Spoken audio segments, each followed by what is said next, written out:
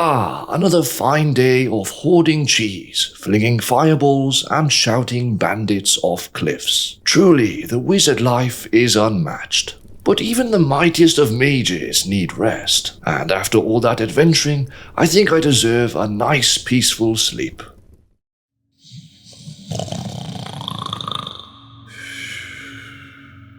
No, I don't want to join the Thieves Guild. Well, maybe.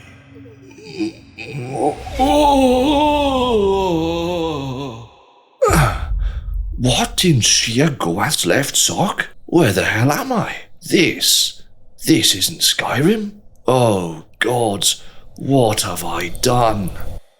Greetings wizards, I'm Welsh and welcome back to the channel. Hope you're doing well. If you've been around here for a while, you'll know that Skyrim is my home, literally. But Cyrodiil, nah, that's a whole different story. I think I might have grazed its surface once in the Elder Scrolls Online. But this is Oblivion. Released in March 2006, yes, 19 years ago now, Oblivion redefined open-world RPGs with its sprawling landscapes, hellish Oblivion gates, and of course those charming NPCs. And somehow, I missed it. I mean, in my defense, I was only 8 years old at the time, probably too busy mashing buttons on Spyro or hurtling down mountains in SSX on my PlayStation 2. Yes, I was an RPG heathen, but those games were great. So why now? Why after all this time am I finally playing Oblivion? Well, for starters, Sky Oblivion is just around the corner, bringing a full-blown Oblivion remake in Skyrim's engine. And if the rumors are true, there might even be an official remake from Bethesda themselves. That means we could be getting 2 versions of a game I've never even played. And I can't have that. That should be a crime punishable by death. Which brings us to the real question. Can a Skyrim veteran like me actually beat Oblivion almost 2 decades later? It won't be easy, and I'll tell you why.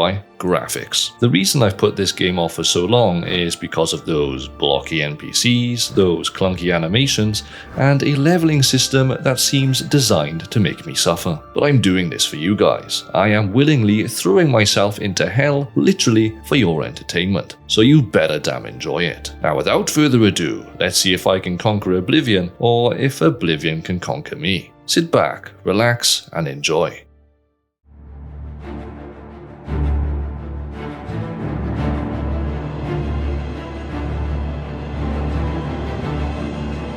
Straight away, I can tell from the quality of that text that I'm going to be in for one rough graphical ride. But even so, I'm going in with an open mind. I won't let my graphics must be stunning bias ruin this experience, no matter how much it tries to kill me.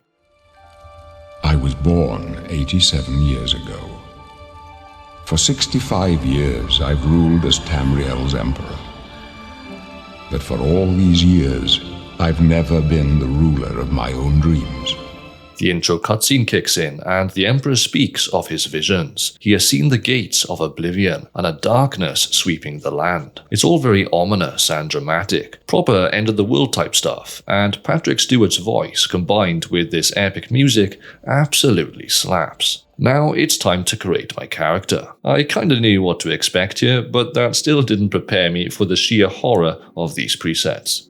But after scrolling through the choices, I settle on an Imperial. We're in their homeland after all, and I like my characters to match their surroundings. It just makes the most sense to me. I don't bother making him look good though, as some battles you just can't win. Character created, and boom, we're in.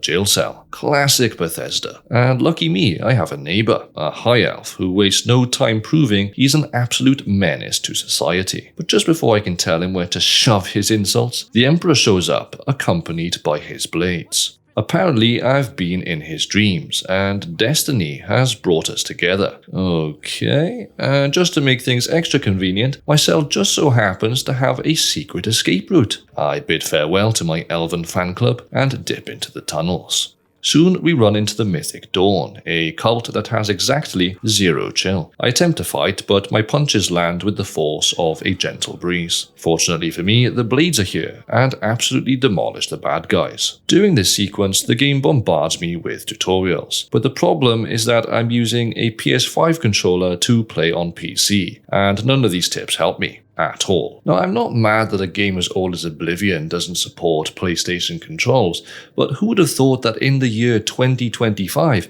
we'd still have this problem? I mean, come on devs, can we please sort this out? Moving on, I face my first true adversary, rats. And they're big ones too, bigger than skeevers I'd say. They may be oversized, but I bravely hack my way through them, looting every single thing that isn't nailed down before reaching my next challenge, lockpicking. Now at first glance, the mechanism looks rather complicated, way more intricate than the one I'm used to in Skyrim, but miraculously I crack it on my first try. Am I a genius? A lockpicking prodigy? Probably, and it's definitely not luck. Suddenly it gets dark, but no problem because I've got a torch, so I'll just whip it out nice and easy, right? Except nope, not for me. I spend several minutes fumbling through the menus, desperately trying to equip it, but no luck. Turns out I've been spoiled by Skyrim's candlelight spell, and my caveman brain refuses to process anything else. Speaking of magic, controller issues strike again, and I have no idea how to cast spells. After many failed attempts, I finally slam the C key on my keyboard just to see what magic looks like. It's good, but if you think I'm reaching over to my keyboard every time I want to cast a spell, you've got another thing coming. Oh, and in case you were wondering, this place has a lot of rats. Eventually, I somehow bump back into the Emperor and his blades, who, like me, still haven't found their way out. This time I take the smart approach and let the professionals do their thing while I hang back. Now it's time to choose my star sign. This is like Skyrim Standing Stones, except the effects are all completely different. After some deep, very deep strategic thinking, I go for the serpent, thinking poison sounds useful. But spoiler alert, it isn't. Actually, I forget to use it altogether. Oh, and remember my torch crisis? Yeah, turns out my shield was blocking it the entire time. That's right, I spent all that time fighting in the dark like an idiot because my own shield was in the way. What can I say? I'm learning fast, folks. Up ahead, we reach a locked gate, and I'm told to protect the Emperor with my life. So naturally, when the Mythic Dawn strikes again, I take this mission very seriously and charge straight in. But turns out that is exactly the wrong thing to do. You see, by engaging in the fight, I accidentally trigger an endless spawn of enemies, which goes about as well as you'd expect. I prepare to reload my last autosave, confident that I won't lose much progress. Oh, for Yeah, turns out you need to save regularly in this game. A harsh lesson is learned, and from this moment forward, quick saving becomes my new best friend. Reloaded and wiser this time around, I do things properly. I stand near the Emperor like a well-trained NPC, and lo and behold, that's exactly what I was supposed to do. He hands me the Amulet of Kings, tells me to find a guy named Joffrey, and then gracefully dies. I report back to Boris, who then sends me to Reborn Priory. That's my next stop, but first I have to pick my class. And since I'm an Imperial who leans towards warrior builds, and I still haven't figured out magic, I figure the Knight class seems like the best fit. So with that chosen, I grab the key from Boris and finally escape this rat-infested nightmare through the sewers. Ah, Cyrodiil at last. And first impressions, it's beautiful, even with these dated graphics. And after all that oppressive darkness, this feels like a breath of fresh air. I set off toward Reborn Priory, eager to begin my heroic journey, but within seconds I notice that I'm moving incredibly slowly. In fact, I still don't know how to sprint yet. So I hit up Google as you do to find out why, and yep, just as I suspect, Oblivion doesn't have a sprint function. If I want to move faster, I have to level up my speed stat. That's frustrating, but manageable, especially if I can get my hands on a horse. Determined to make the best of it, I veer off course to check out a cave. It's full of danger, loot, and questionable life choices, just as any RPG cave should be. And afterwards, I open up my map to find out that I can actually fast travel to Reborn Priory right now, even though I've never been there. That makes getting around a lot easier. At the settlement, I meet Brother Joffrey, hand over the Amulet of Kings, and inquire about the Emperor's long-lost son. Turns out his name is Martin, and he's currently hiding out in Kvatch. That's my next stop, but before I go, I want a horse. Sure, I could fast travel, but I have a rather important scientific question. Are Oblivion's horses as hilariously broken as Skyrim's legendary mountain-scaling death machines? I have to find out. At the stables, I accidentally steal a horse. Yeah, for some reason, getting caught doesn't even cross my mind. But no, crime is still very much a thing in this world, and NPCs do not hesitate to call me out on my equestrian thievery. I take note of this for future, because if they react this strongly to horse theft, they're really not going to like it when I kill.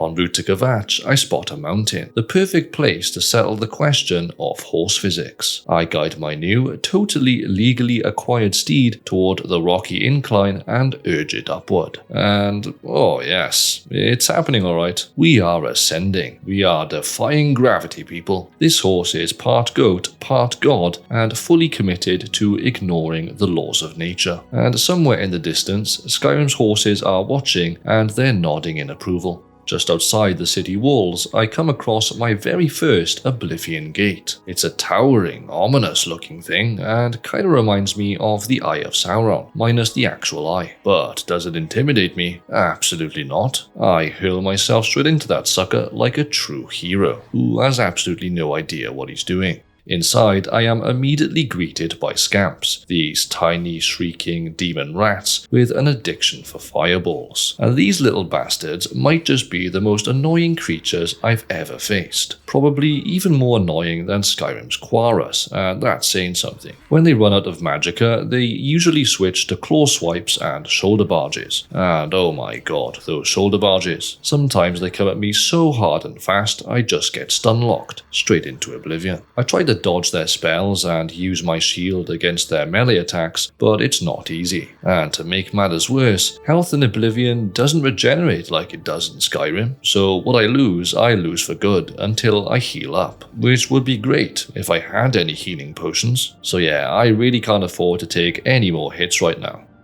I push forward, trying to avoid taking damage, when I stumble across a lava pool. Right on its edge lies a burnt corpse with one hand reaching out, and by the 9, I instantly recognize the reference. This has got to be the one and only Anakin Skywalker. A pretty cool Easter egg to find on my first playthrough, if I do say so myself. But you know how I said those scamps are bad? Well, inside the tower, it's so much worse. There are dozens of them, and now I've even got Dremora to contend with. But after multiple respawns and a whole lot of pain, I develop a brilliant tactical strategy. Run. No, seriously, I just run past everything, especially the scamps, since they never drop anything good. That means no fights, no struggles, just full-on speed. And it works very well. So well, in fact, that I adopt this method throughout the rest of my run. Now, if anyone dares call it a rookie move, listen here you. This is not cowardice, this is a veteran's calculated decision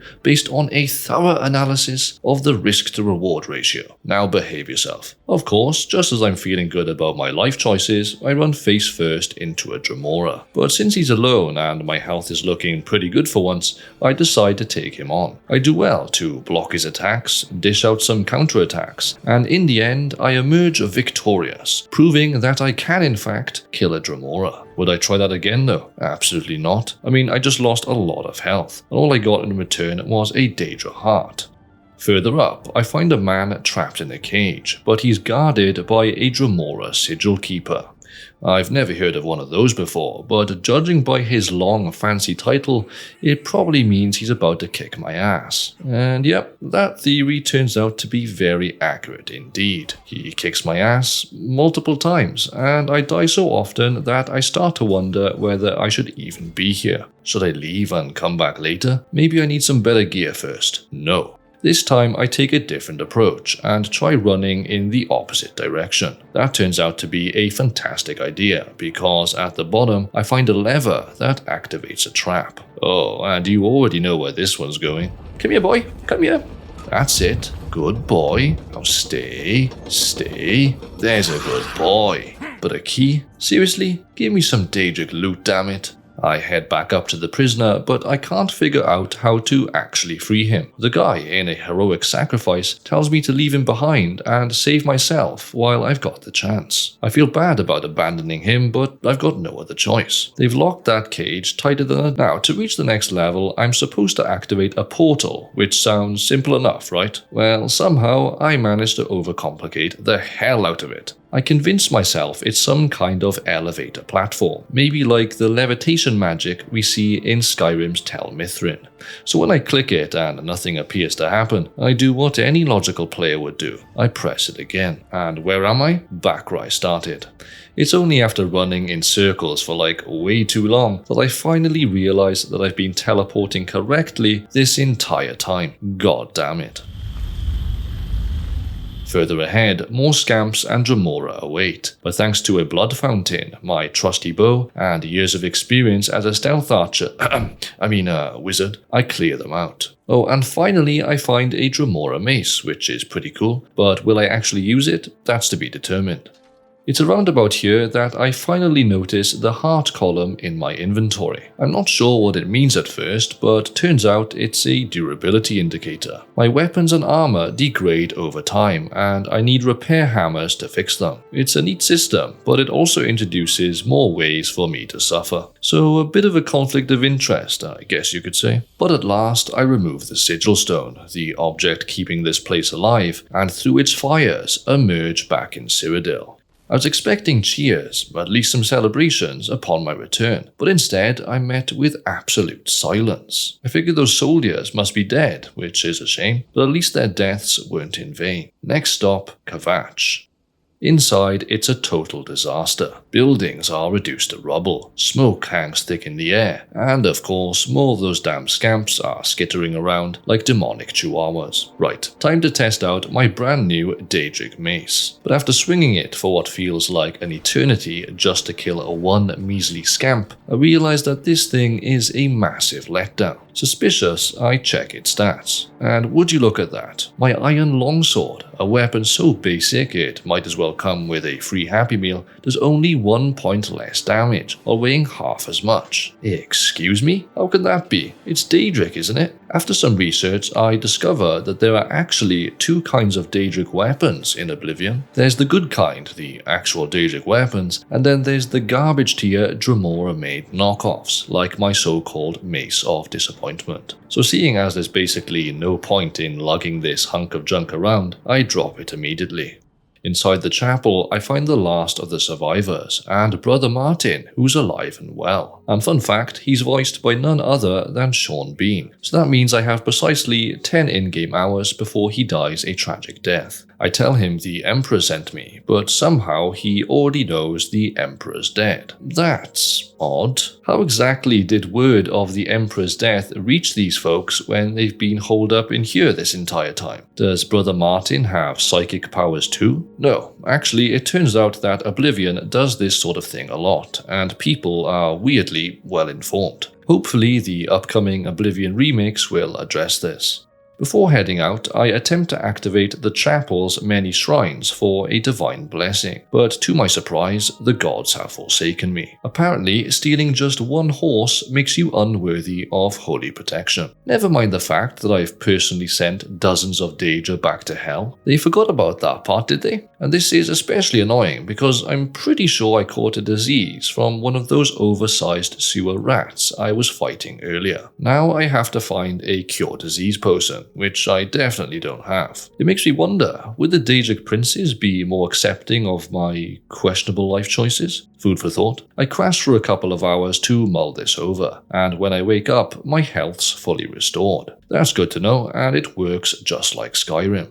Back outside, I'm stuck fighting more scamps, because apparently I'm the only one in Tamriel with functioning arms. Like seriously, I am one untrained prisoner, fresh off the tutorial dungeon, and yet the elite Imperial soldiers inside have decided that I am the designated scamp exterminator? Whatever. At this point, I assume I've accidentally cranked up the difficulty, because combat feels incredibly tough. But nope, turns out Oblivion is just built different, and Skyrim is a walk in the park in comparison. Take blocking for example. I hold my shield up forever, waiting for an opening, then the millisecond I lower it, the enemy swings like it's been monitoring my brainwaves.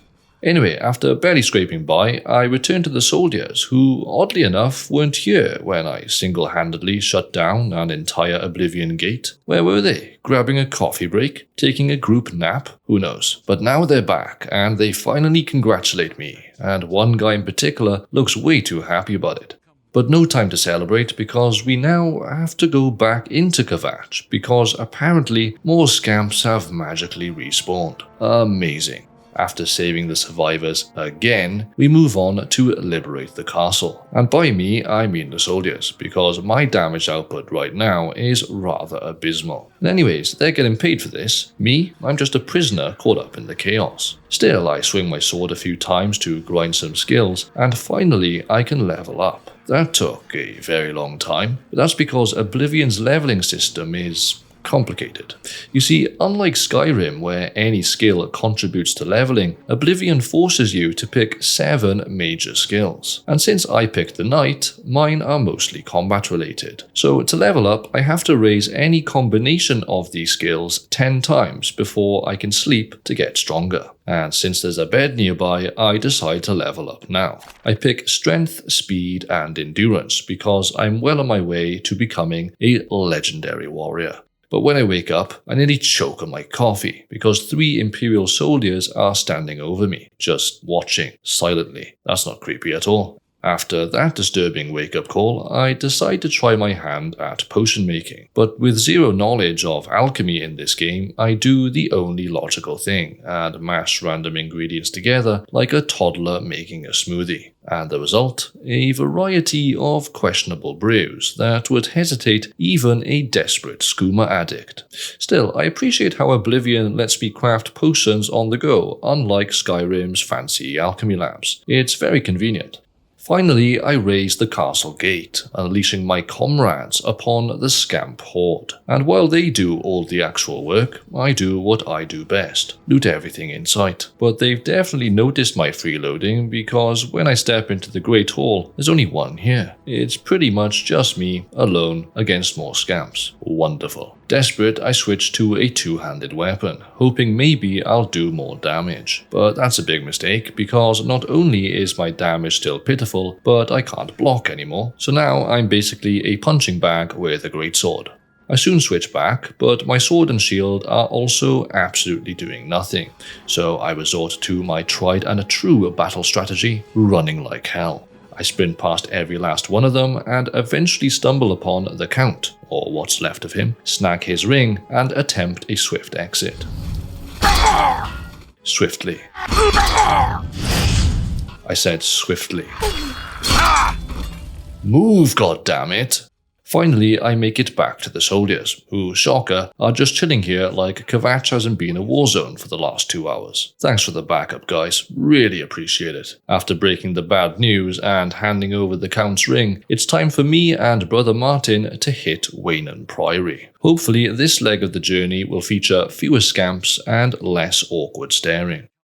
Yeah, so much for that. The moment we arrive, there's a mythic dawn ambush. But since they're not scamps, I can actually handle them without needing therapy afterwards.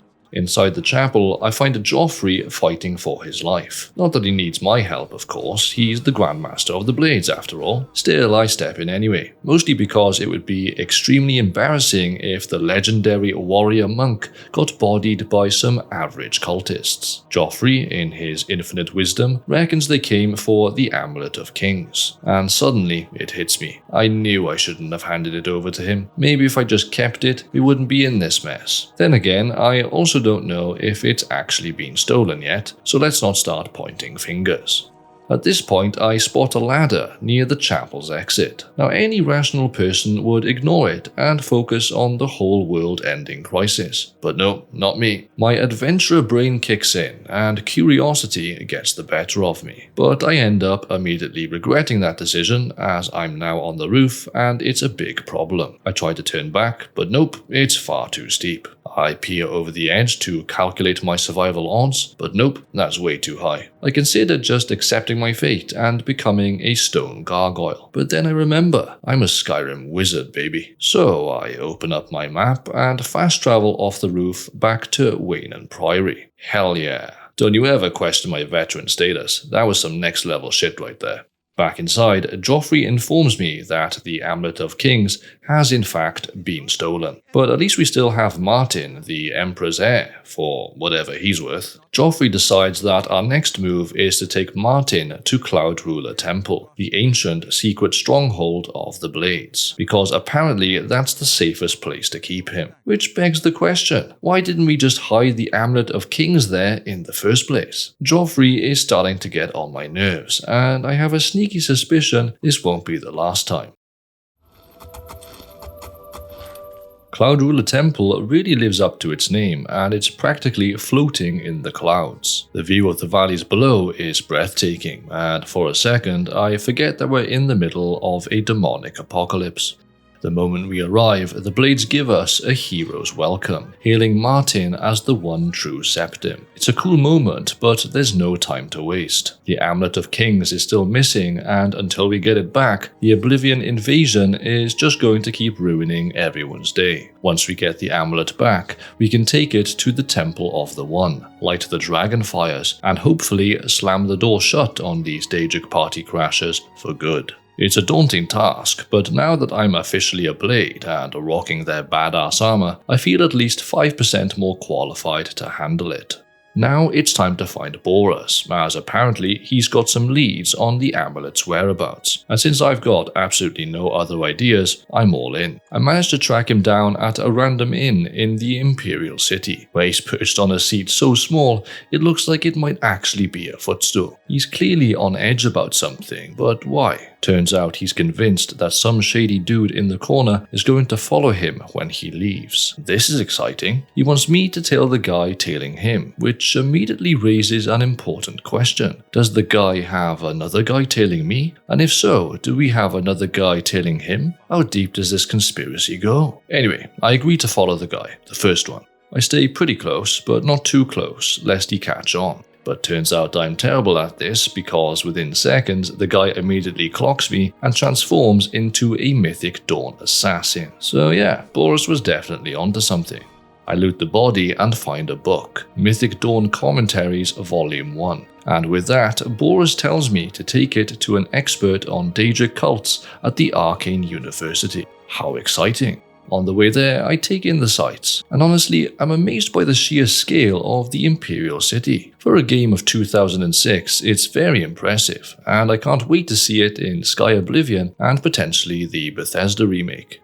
Finally, I arrive at the Arcane University, which is a little underwhelming. I was expecting something grander, but no matter, because here's Taormina, the expert on Daedric cults. She tells me that the Mythic Dawn follows some guy named Mankar Cameron, who's basically the Tamrielic version of a doomsday prepper with a manifesto collection. To track him down, I need to collect all 4 volumes of his commentaries. But good news, Taormina already has Volume 2, so that just leaves Volumes 3 and 4. Next stop, the Market District. Taormina says a bookseller named Fintius might have what we need.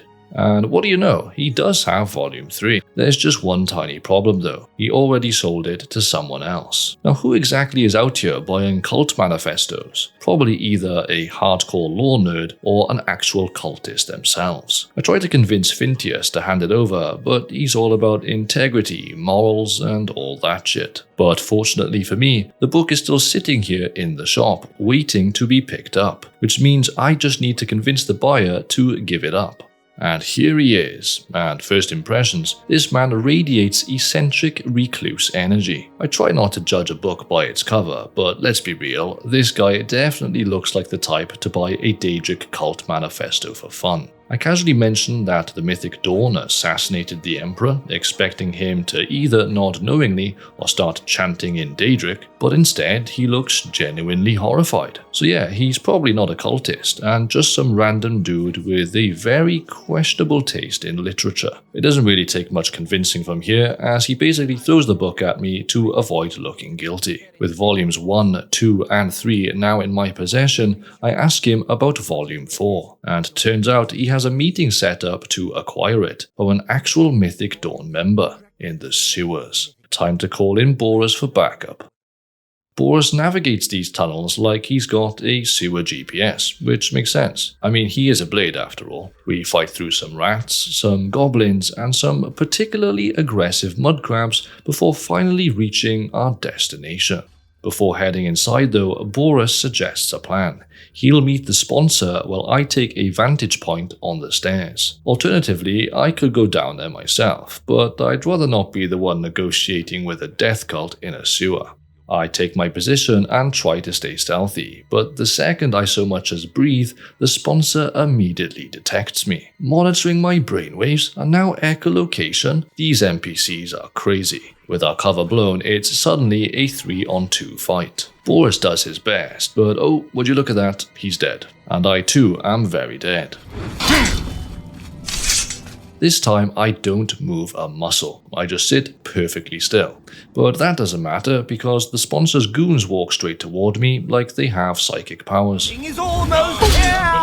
New plan, screw the meeting. This time, the moment the sponsor shows up, we jump him before his buddies can react. And what do you know, it works. With Volume 4 now in my possession, we just have to deal with his friends. Fortunately, with Boris still breathing, that makes things a lot easier, and we manage to take them down. Thank the divines. At this point, I should probably head straight out of here, but I decide to take a nap in the sewer instead. It's gross, and the smell of ass fills my nostrils, but free health is free health. On my way out, I get absolutely bodied by goblins. This constant humiliating experience leads to an important revelation. I have magic and should probably learn how to use it. Turns out R1 is the spellcasting button, and I swear I tried that before. But hey, at least I know now. After getting thoroughly lost in these disgusting tunnels, I finally find a ladder. Sweet freedom. Except it leads into some random guy's basement. Okay. The door is locked, but that should be no problem for me. Yeah, 20 failed attempts later, I am no longer a master lockpicker. No matter what tactics I use, I simply can't hack it. So eventually, I swallow my pride and take a moment to learn how Oblivion's lockpicking actually works. Turns out the trick is to wait for each pin to fall rapidly, then strike. Armed with this newfound knowledge, I crack the lock in a matter of seconds. Back in the fresh air and out of the literal and metaphorical shit, I return to Talmina to hand over the rest of the Mythic Dawn commentaries. After waiting for her to flip through them, she somehow deciphers a hidden message, something about Green Emperor Way. At first, I assume it's another shady guy who has a weird nickname, but no, turns out it's actually a location. So I head on over there and, as instructed, wait until noon. And sure enough, a gravestone lights up, revealing 2 hidden symbols. Finally, we have a real lead on the Mythic Dawn Shrine. Finally, an opportunity to retrieve the Amulet of Kings. Finally, we're getting back on track. Damn it, Joffrey, why did I ever listen to you? The shrine is way out in the middle of nowhere, because of course it is. But thankfully I have a horse and access to fast travel, so I take the express route via the magical forces of convenience. Inside the cavern, I'm decked out in full Blades armor, literally head to toe. It looks like I just walked straight out of Cloud Ruler Temple's recruitment brochure, but shockingly, the doorkeeper does not question why I am a man clad in the opposition's gear and lets me stroll on right through. Either he assumes I'm cosplaying, or he just genuinely does not care about security. Whatever the reason, he's dumb. But then, just as I'm starting to think I might get away with it, the warden shows up. And unlike his dumbass co-worker, this guy actually does his job, and immediately demands I hand over all my possessions. Damn it. Now call me paranoid, but this seems like an objectively terrible idea. I mean, I'm entering a cult full of lunatics who worship a Daedric god of destruction and revolution, completely unarmed. If my cover gets blown, my only line of defense is throwing my hands, and we all know how badly that went last time. But since my only alternative is to refuse, which will almost certainly lead to my immediate and painful death, I just play nice. As I make my way to the bottom of the shrine, I realize I have a front row seat to a dramatic villain monologue, starring none other than Manka Cameron himself. He's here in the flesh wearing the Amulet of Kings, like it's the latest Daedric fashion statement. If I had my weapons, I might consider fighting him, but given that I am currently equipped with nothing but my bare fists and a growing sense of regret, combat is definitely off the cards. So I do what any self-respecting infiltrator would do and just stand there, nodding along like an idiot as Mr. Cameron finishes his speech. And just as he does finish his speech, he vanishes back into his realm of paradise with my goddamn amulet. But hey, not all is lost. He may have vanished, but the Mysterium Xerxes, the cult's super secret, probably very evil book, is still sitting there on the altar. If I can just steal it and sneak— Ooh, hello. It's another Cameron, but this one wants me to give my blood to Lord Dagon. Yeah, I nod along and pretend to consider it, but the thought of giving my blood to a four-armed god of destruction doesn't quite sit right with me. So instead of making a lifelong commitment to a Daedric Satan, I grab the weird demon Bible and sprint for my life. Except I can't sprint, I'm only allowed to run, which is an excellent feature when being pursued by approximately 15 very angry cultists flinging magic at my ass like it's a county fair dunk tank. I try my best to spam heal minor wounds, but turns out that doesn't really make a difference when you're being electrocuted to death. One wrong turn later, and yep, I'm dead. Time for round 2.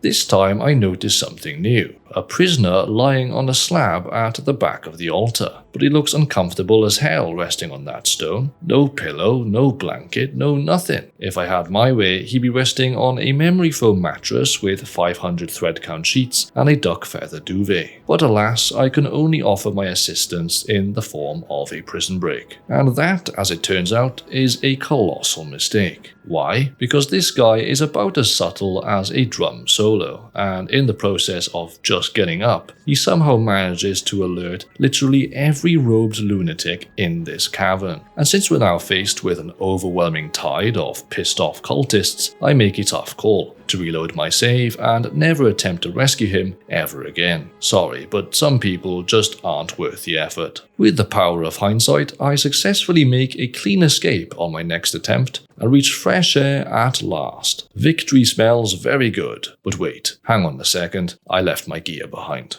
Yep, in all that excitement, I completely forgot to grab my stuff. It's probably sitting in some random chest somewhere, just waiting for me to pick it up. I consider going back for it, but given that I have no idea where it is, that will almost certainly result in another swift and humiliating death. It's not a big deal though, as I can always grab new weapons and armor back at Cloud Ruler Temple. The blades must hate me. I return to Brother Joffrey, who is delighted to see me. That is until he realizes I don't have the Amulet of Kings, the one thing I was actually supposed to retrieve. But then I hit him with the good news that I do in fact have the Mysterium Xerxes. He's thrilled but also terrified at the same time. I mean, he is a priest, and the book I just handed him was basically written by the devil himself. So yeah, his reaction is completely justified. He hopes it contains some ancient secret to reaching Manka Cameron's realm of paradise, but first he'll need time and a lot of holy water.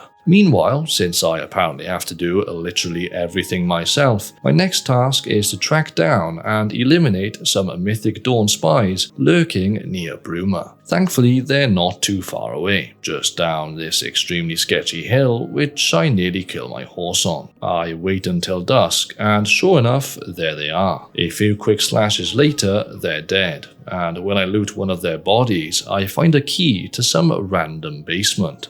Following this new lead, I head to Bruma and rudely awaken Captain Bird of the City Guard. He's less than thrilled to be disturbed at this hour, but he perks right up when I inform him that the woman I just murdered was in fact a Mythic Dawn spy. Naturally, he's shocked because as far as he knew, she was just a perfectly normal Red Guard woman, definitely not someone plotting to summon hellfire and mass destruction. He hands me the key to her house and I begin my investigation like a true professional by immediately looting everything that isn't nailed down. The house is pitch black, way darker than what we're watching right now, so it takes me a while to find the basement, but eventually I stumble across the hatch, grab a vital document, and boom! Turns out the Mythic Dawn is planning to open a great gate near Bruma, storm Cloud Ruler Temple, and assassinate Martin Septim. This document is a very important find, and now that we know what they're planning, we can actually prepare.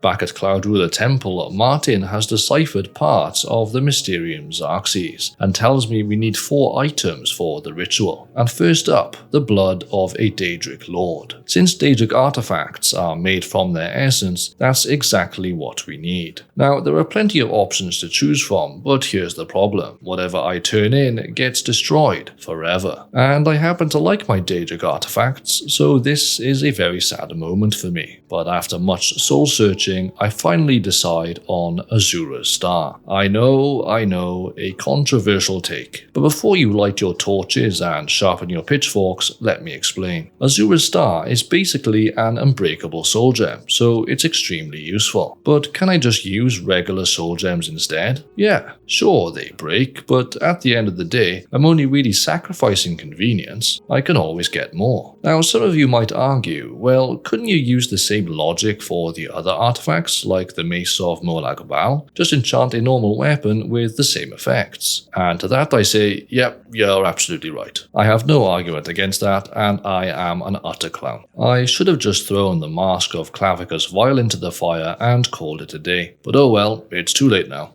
After scaling more mountains than should be legally required, I finally arrive at Azura's Shrine. It's nice. Definitely not as cool as the one in Skyrim though. That statue is grand. I tried chatting with a worshipper about Azura, but the guy just stares at me like I've walked into his house uninvited. I would tell you, he says, but first you must prove your sincerity. Sir, I am literally wearing Blade's armor. The world is ending, and you're out here gatekeeping your rock goddess like she's some underground indie band? I consider solving this problem with violence, but he's probably more useful alive. So I attempt the persuasion minigame. Even though there are tutorials and I read them carefully, no matter how hard I try, I still fail miserably. He won't budge an inch, and I'm clearly just bad at this game. But then it hits me. I don't have to play this stupid game at all. I'm an Imperial, and I've got superpowers. I cast Voice of the Emperor, and it instantly charms him. Boom, problem solved.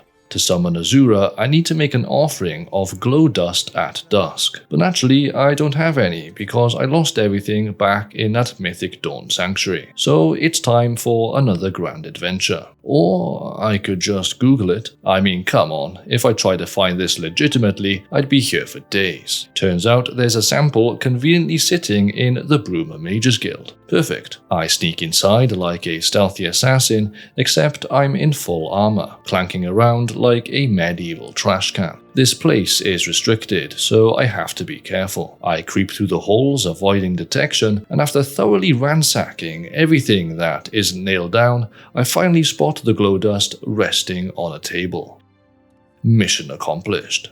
Back at the shrine, I make the offering, and Azura speaks. She wants me to kill 5 powerful vampires who used to be her followers, until they went full Nosferatu and locked themselves inside a mine. Nice one. If these guys are anything like Skyrim's vampires, I'm in serious trouble. One scratch, and I'll be downing cure disease potions like a college student slamming energy drinks during finals. Inside the mine, I meet my first vampire, and yep, these guys are no joke. This one even has a shield, which means every attack I throw just bounces off like I'm slapping a brick wall with a rubber baseball bat. Sure, I have a shield myself, but her swings stagger me nearly every time, leaving me wide open for more pain. Eventually, I scrape together a victory, but nothing compares to the absolute nightmare waiting deeper in the mine. Enter the Orc Vampire. She's built like a tank, swings her battle axe way too fast, and absolutely shreds my health bar like it's nothing. The only way I survive is by expertly outmaneuvering her with advanced combat strategy, by which I mean cowering behind a wooden crib like a frightened toddler. Thankfully, she can't figure out how to path around this tiny gap, so I get a few precious seconds to heal and quick save while she angrily jogs the long way around. In the end, it's a battle of pure sweat, luck, and some good old-fashioned cheesing. Back at the shrine, Azura thanks me for granting her followers the peace of death and rewards me with Azura's star.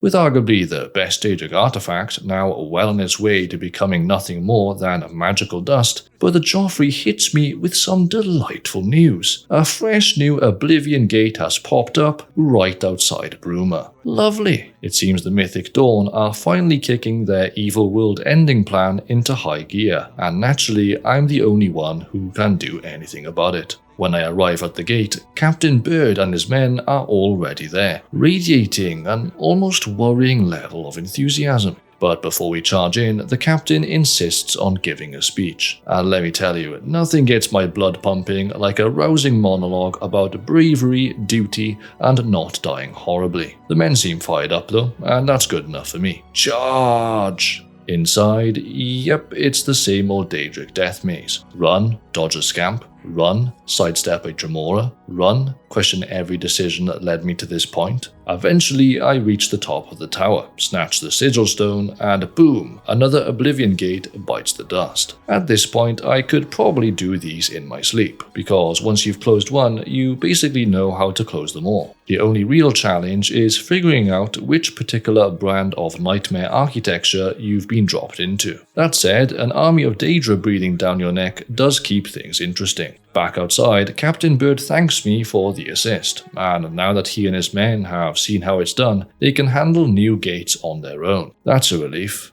That sense of accomplishment lasts for about 5 minutes though, because when I return to Brother Joffrey expecting a well-earned "good job man," he instead hits me with "Bruma's defenses are a joke and we need more reinforcements." Alright, fine, no big deal. I'll just pop over to the other cities, flash my Hero of Kvatch credentials, and get an instant army, right? Yeah, no. Turns out every single ruler I talk to has their own Oblivion gate problem and refuses to spare even one soldier until I personally go and shut theirs down. Or so I thought. Yeah, I literally just checked the wiki and found out that this entire Gathering Aid questline is completely optional, which means I just spent over 2.5 hours wading through fiery Daedric torture dimensions, collecting 3rd degree burns and psychological damage, all for nothing.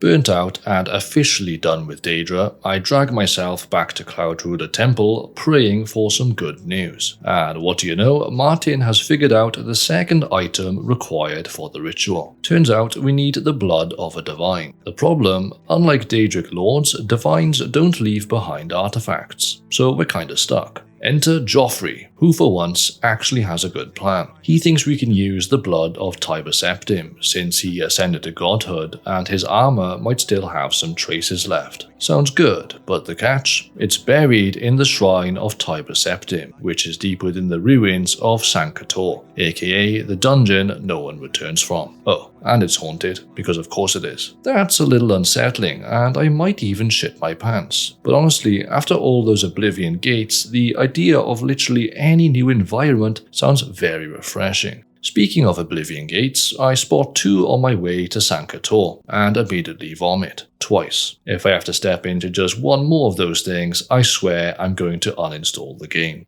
By Ismir's beard, we've arrived, and there's a new enemy type, skeletons. They're way tougher than the ones in Skyrim, but to be fair, Skyrim skeletons collapse even if you so much as exhale in their direction. It makes me wonder, might we find a Draugr inside too? Actually, no. Turns out it's ghosts, and these ones have apparently taken a no damage vow because my attacks do absolutely nothing to them. I have no idea why, but I have a sneaky suspicion that the answer to this mystery lies further ahead. So for now, I do what any seasoned warrior would do. I run like a coward. The catacombs are sufficiently creepy, and every time a ghost appears, I get goosebumps. And considering how old this game is, that's some impressive horror design. It makes me wonder how terrifying this will be in the remakes. Perhaps we'll have ghosts flying out of the walls, vanishing into the shadows, unsettling sound design, and maybe even some well-placed jump scares. It's gonna be awesome, and I'll probably cry.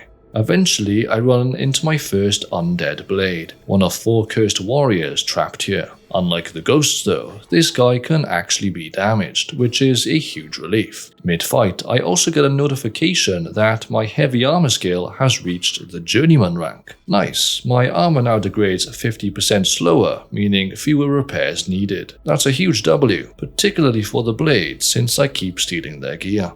I push deeper into the ruins, dodging more ghosts, until suddenly one appears right in my face, and I shit my pants. Damn it, Oblivion, why does the game zoom in on their faces like that? For a split second, I thought my soul was getting sucked out. But this isn't just any ghost, it's the spirit of the undead blade I just killed. And instead of being mad about it, he actually thanks me for freeing him, which means his soul was trapped by something, probably something evil. And suddenly, I really don't like where this is going. After some questioning, I get the full story. Tiber Septim once sent 4 blades down here to investigate an ancient evil lurking within, and boy did they find it. Turns out this place was cursed by something called the Underking, who trapped them in eternal servitude. So just to recap, the ruins are cursed, the blades were doomed to a horrifying undead existence, and now I might have to face some kind of sadistic ancient horror entity. Great, just great. But since I already shat my pants, it probably can't get much worse. In the entry hall, I find 3 more doors leading deeper into the ruins. And since there were 4 cursed blades and I just freed one, it's safe to assume the others are behind these doors. It's not exactly an exciting prospect, especially given the fecal situation unfolding beneath my armor, but I came here for Tiber Septim's armor, and I'm not leaving without it. Just as I suspected, each door leads to another undead blade in need of rescuing, and after freeing the second one, I suddenly realize I can now damage the ghosts. At first, I assume it's because of the enchanted katana I just picked up, but in hindsight, it's probably because I'm breaking the Underking's enchantment. After defeating the final blade, I finally make my way to the shrine of Tiber Septim. Inside, the ghosts of the freed blades dispel the last of the evil magic, and I claim the armor of the mighty Talos. For a moment, I brace myself, fully expecting some kind of grand boss battle against the Underking himself. But nothing. That's a relief, and now I can finally walk out of here in peace. I return to Martin and reluctantly hand over the armor of Tiber Septim. He's impressed, then casually mentions that he only needs a scraping of Talos' divine blood. Oh, is that all? So the armor won't be destroyed and maybe I'll get to wear it after all. Except, spoiler alert, no, you can't. So really, it was never mine to begin with. I was just a temporary armor babysitter. This is a sad day indeed. Anyway, Martin's next lead is a great Welkin stone, a rare artifact from the lost Aelid civilization. The last known one is deep within Miskarkand, a place where many have died trying to retrieve it. So, super chill vibes, no pressure or anything, just like the Shrine of Tiber Septim. Guess I better saddle up and ride straight into yet another death trap.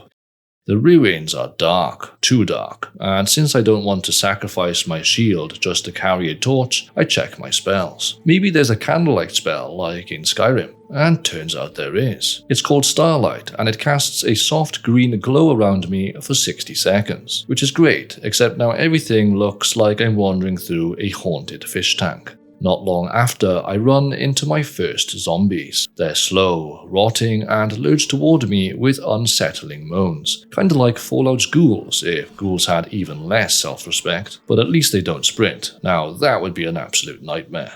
The deeper I go, the more I realize this isn't a simple dungeon. Locked gates, hidden pressure plates, and narrow corridors force me to explore every damn inch of these ruins. And every time I do solve a puzzle, some fresh horror shuffles out of the darkness to personally congratulate me with violence.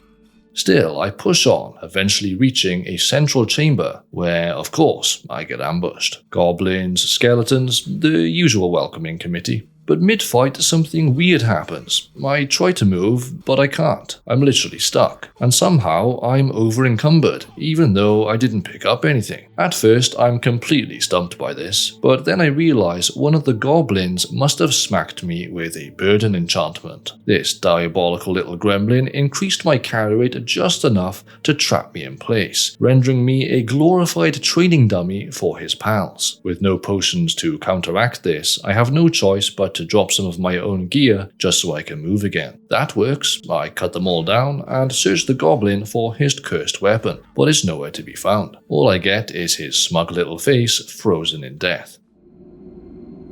After the effect wears off, I reclaim my gear and realize my health is dangerously low. My healing spell is very weak and so slow, so I wonder, can I wait an hour to restore my health like in Skyrim? I test it out, and what do you know? Full health. It would have been real nice to figure that one out sooner, but hey, at least I know now. After fighting through more zombies, I finally reached the heart of Miscarkand, and in the center of a grand chamber, bathed in eerie glowing light, lies my prize, the Great Welkin Stone. I reach for it, and that's when the thunder rumbles. Something stirs in the darkness. I turn around and spot a cloaked figure. Oh no, it's an Ayleid Lich, and I'm squishy as hell. But not just any Ayleid Lich, it's the King of Miscarkand. And if that wasn't bad enough, there's also a zombie, because what's an ancient undead king without its loyal, equally undead minion? So naturally, I do the smart thing and kill the zombie first. I duck behind a stone pillar to catch my breath, and thankfully the Lich doesn't chase me. He just stands there, menacingly, his hollow eyes locked onto me, waiting. I take this opportunity to heal up because something tells me I'm going to need every last drop of health for this fight.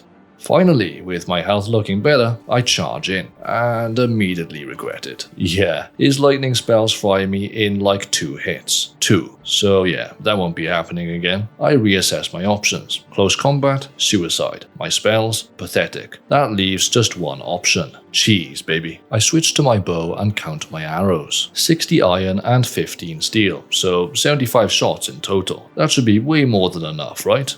I fire again and again, arrow after arrow, chipping away at his health. The iron arrows run out first, so that's 60 gone right there, and he's still standing. This is where I start panicking. I've only got 15 steel arrows left, and I have absolutely zero faith in them. I keep firing. 15, 14, 13, but on my 7th steel arrow, the king finally falls. I did it, and do I feel bad about cheesing him? Absolutely not. I loot his staff of thunderbolts and a key before making my way to the exit. One last zombie shambles toward me, but instead of wasting energy swinging my sword, I decide to try out my new staff. One zap and he dies instantly. From that moment on, I knew this weapon would come in very handy. With the 3rd item for the ritual now in our possession, we only require one more before we can finally open a portal to Manka Cameron's realm. Exciting stuff.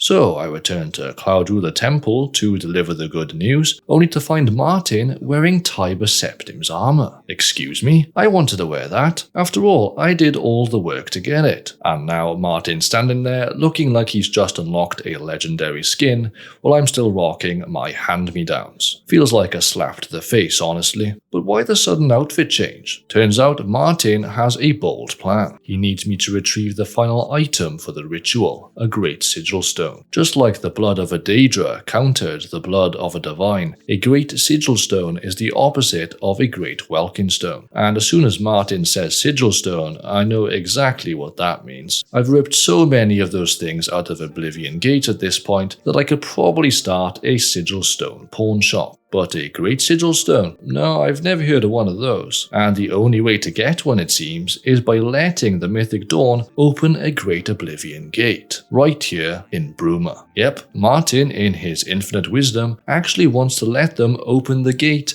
risking countless lives so we have a shot at retrieving the stone. It's a very bold move, but hey, at least this time he actually wants to join me in battle. Still, stepping in at the final moments to steal all my glory, I see exactly exactly what he's doing. To be fair though, he was deciphering that too, but Joffrey, nah, that guy's done nothing. He lost us the Amulet of Kings in the first place, and has been chilling in Cloud Ruler Temple, enjoying the Blade's unlimited buffet this whole time. Some Grandmaster. Anyway, rant over, we've got a Great Oblivion Gate to deal with. Before heading to Countess Narina Carvane to inform her of our completely sane plan, I take a quick look at my armor. And yep, it's falling apart as expected. So what do? I borrow a few more pieces from the Blade's armory. If Martin didn't have Tiber Septim's armor, he'd probably be charging into battle in the nude. Speaking of Martin, I've never actually seen him spar with the Blades, so I hope he's got some combat experience, or this could be embarrassing.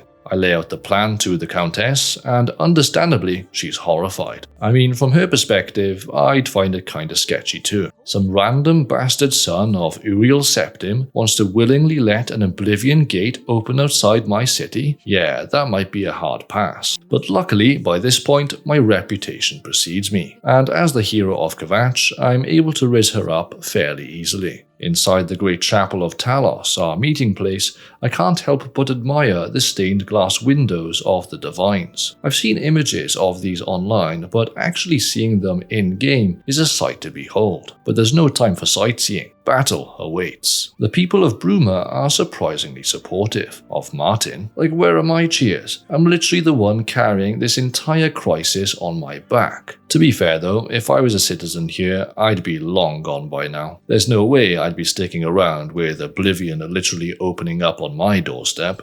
Outside, we march toward the gate, which quickly turns into a sprint. I struggle to keep up. But when we arrive, Sean Bean gives us a motivational speech, pacing back and forth like the emperor he was meant to be. And then, right on cue, as soon as he finishes, a shit ton of Daedra pour out of the gate. It's almost like they politely waited for him to finish talking before attacking. Such well-behaved Daedra. More gates appear, more Daedra, until finally, there it is. The Great Oblivion Gate. And yeah, they weren't kidding. This thing is massive. But there's no time to waste, and I charge straight in. Up ahead, I see it, the Daedric siege engine, the very same one Uriel Septim saw in his dreams. It's inching toward the portal, ready to burn Bruma to the ground. But not on my watch. The machine launches fireballs non-stop. But thankfully, I find a door that keeps me out of harm's way. Eventually, I emerge onto a bridge, right in the siege engine's line of fire. Oops, I didn't think it had the angle to hit me there, but lesson learned.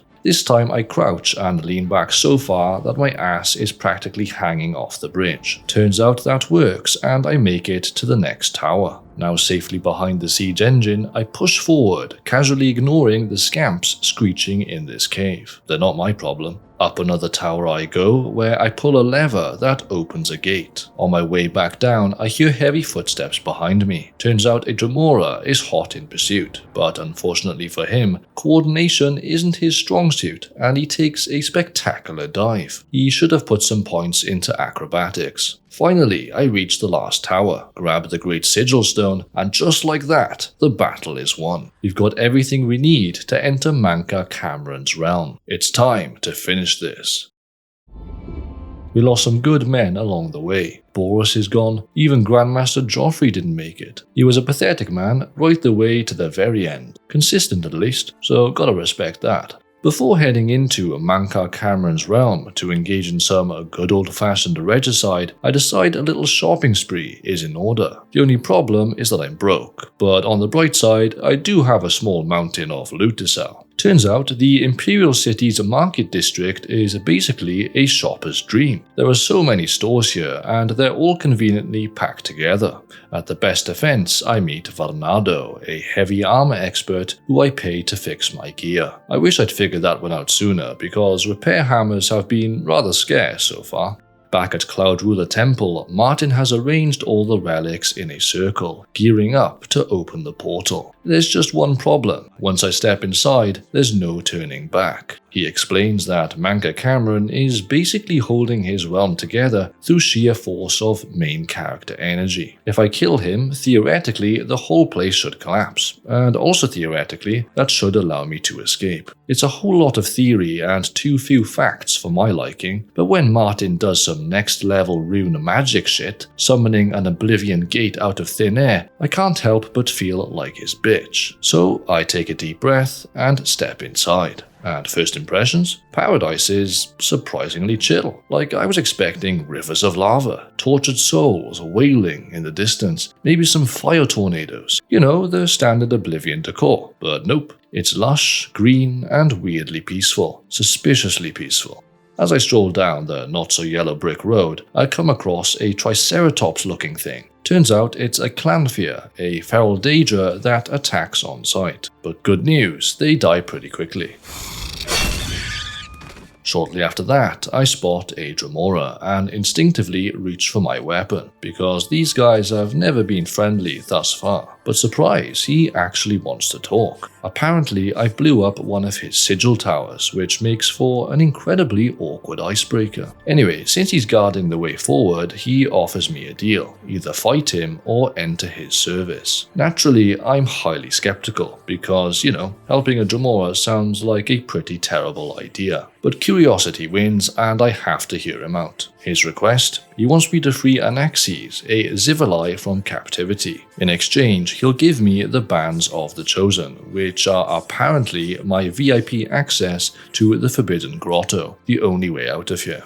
Inside the cave, I meet the Ascended Immortals, who beg me not to release Anaxes, claiming he torments them constantly. They seem so sincere, so innocent, so utterly believable. So, obviously, I free him immediately. And Anaxes, being the absolute tank that he is, launches a boulder straight into one of the Immortals, crushing them instantly. Brutal, but I can't lie, it was highly entertaining. Then, instead of thanking me like a normal grateful prisoner, Anaxes immediately bolts it. I chase him down to demand some basic respect, only to find out he's hostile. Like, bro, I literally just saved your life. You could at least pretend to be grateful. I consider killing him right now, but instead I choose to return to the Dremora, hoping he actually honors our deal. Eventually I find him, and to my surprise, he does honor the deal. He hands me the Bands of the Chosen, but there's a small catch. They give me a 50% weakness to fire. You know, the thing that 99% of Oblivion is made of. But maybe I can just not wear them. I try opening the Forbidden Grotto door without equipping them, just in case this is a scam, but no, the door won't budge. I put the bands on, and sure enough, the door opens. The moment I step inside, guess who's back? Yep, Anaxes. At this point, he is less a character and more a dedicated horror movie villain, completely fixated on ruining my existence. Deeper inside, I meet Eldermeal, a Mythic Dawn member who can tell I'm not a prisoner. So rather than lie, I go full transparency mode and tell him I'm here to kill Manka Cameron. Shockingly, he loves this idea and offers to help. There's just one problem. Nobody can leave the Forbidden Grotto while wearing the Bands of the Chosen. The good news, he knows how to remove them. The bad news, it involves me getting into a cage while he lowers me into lava. I can feel my testicles physically retract as the heat skyrockets, but I hold my breath, clench everything, and pray to Akatosh that my future heirs remain intact. The Dremora Overseer, convinced I'm just another weak prisoner, finally leaves. Now I'm free, I try to sneak through the cave, avoiding Clanfear and Mythic Dawn alike, until I run back into the Dremora Overseer, who immediately incinerates me. That was a very quick death indeed, but then I remember I've got a 50% weakness to fire, and I need to get these bands off ASAP. Take 2. This time I outrun him. He gives chase, but I pull some classic NPC cheese and bait him straight into the lava. Well, kind of. He just gets stuck on the edge, helplessly walking like a malfunctioning Roomba.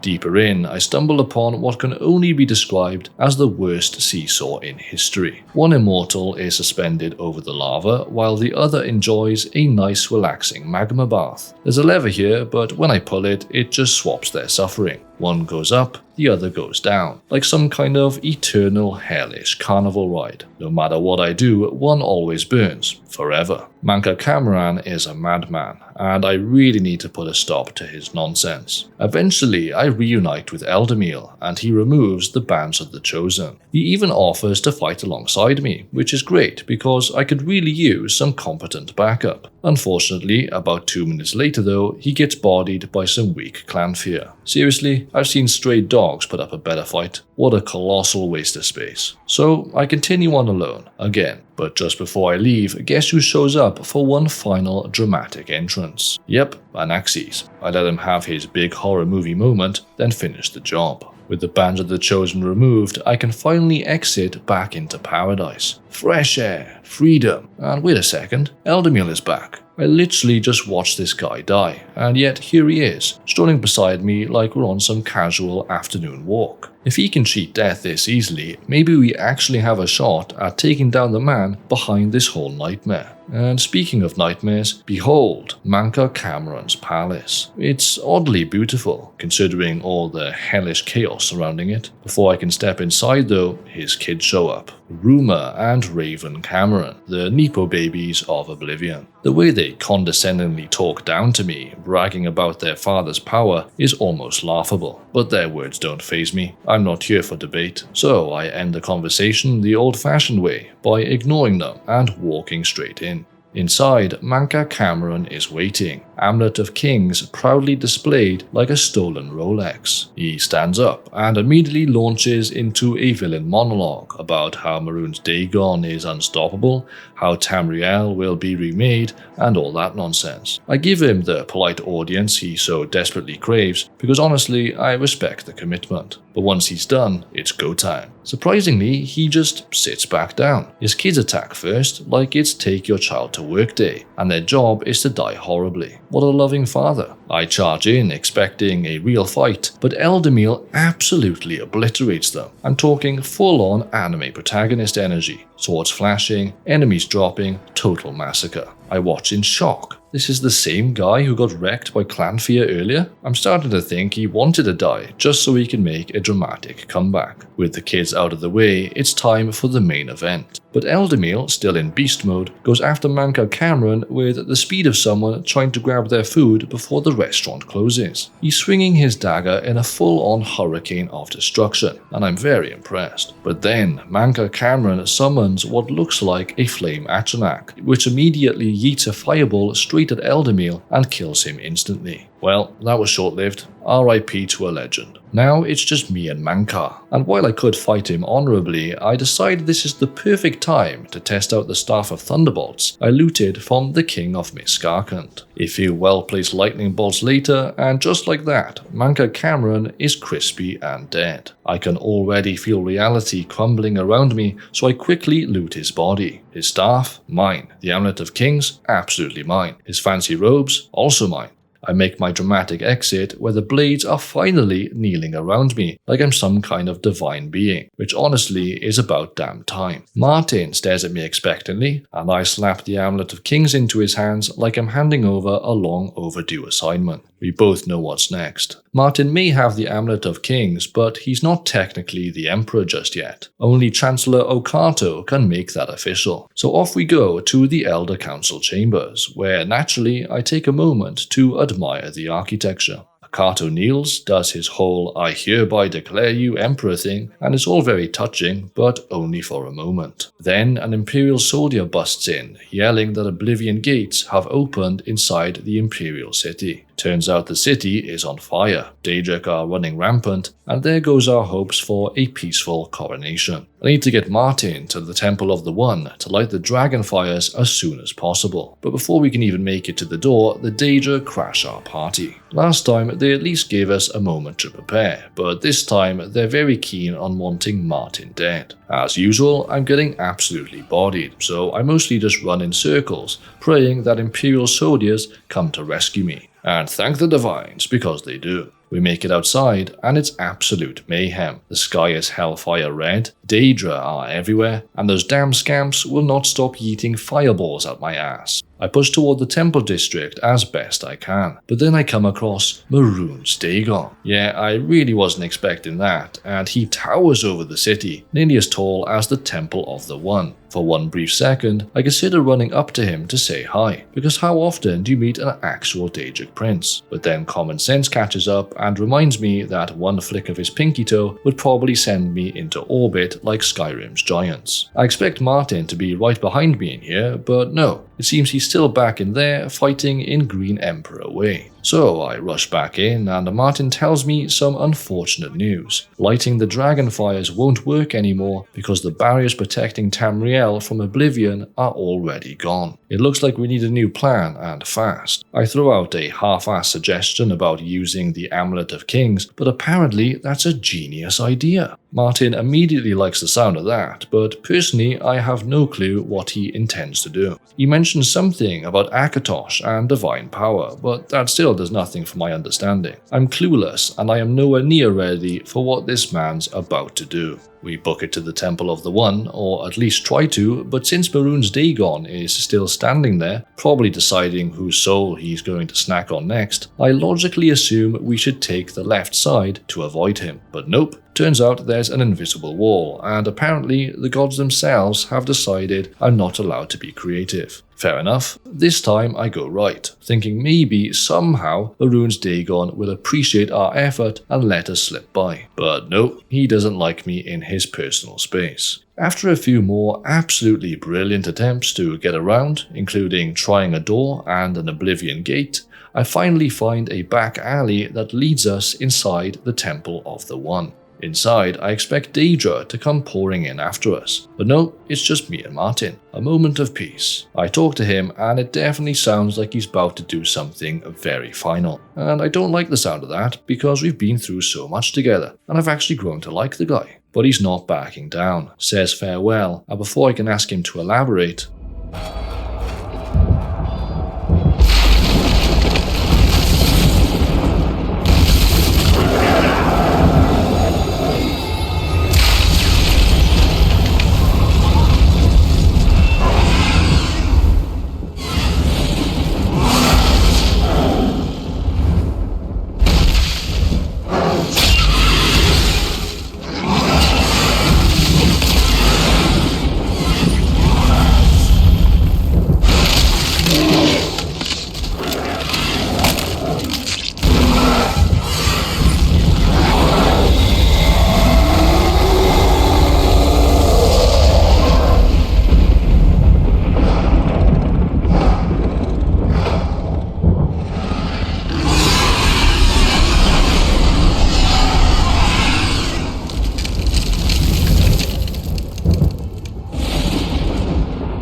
The amulet is shattered.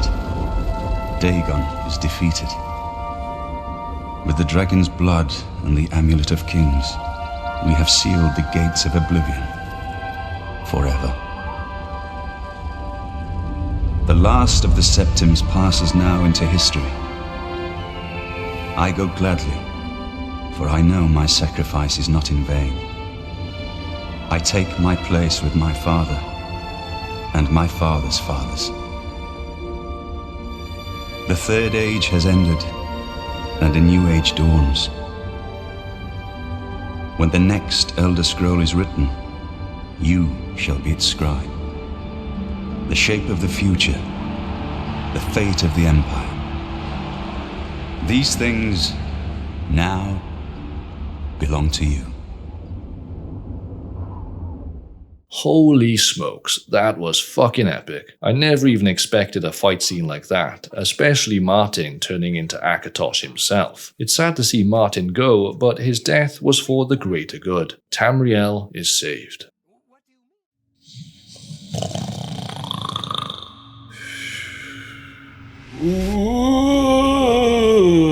Not again!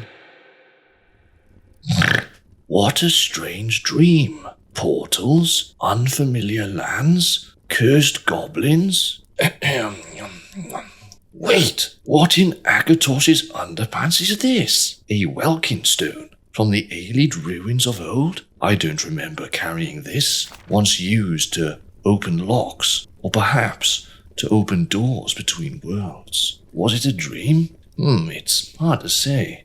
But one thing's certain, this stone and I, we're not quite done with each other yet. And with that, my friends, this challenge run is officially complete. After braving dozens of Oblivion gates, getting lost in ancient ruins, and repeatedly questioning my life choices while being bullied by scamps, I can now say with full confidence, yes, a Skyrim veteran can beat Oblivion even 19 years later. Honestly, this whole journey was a real eye-opener for me. I thought the graphics would be my biggest downfall, but actually I was too busy getting my ass whooped by just about everything in this game to even care. And now that I've experienced the original, I cannot wait for Sky Oblivion, and the potential Bethesda remake that keeps flooding my newsfeed. Playing the classic first was an absolute must, and I know it'll make me appreciate the remakes even more. So what do you guys think? Did you enjoy this trip down memory lane instead of the usual rankings? Or should I go back to aggressively judging games instead? Let me know in the comments. Thanks for watching, wizards, for this has been the Welsh Wizard, and I shall see you all in the next one.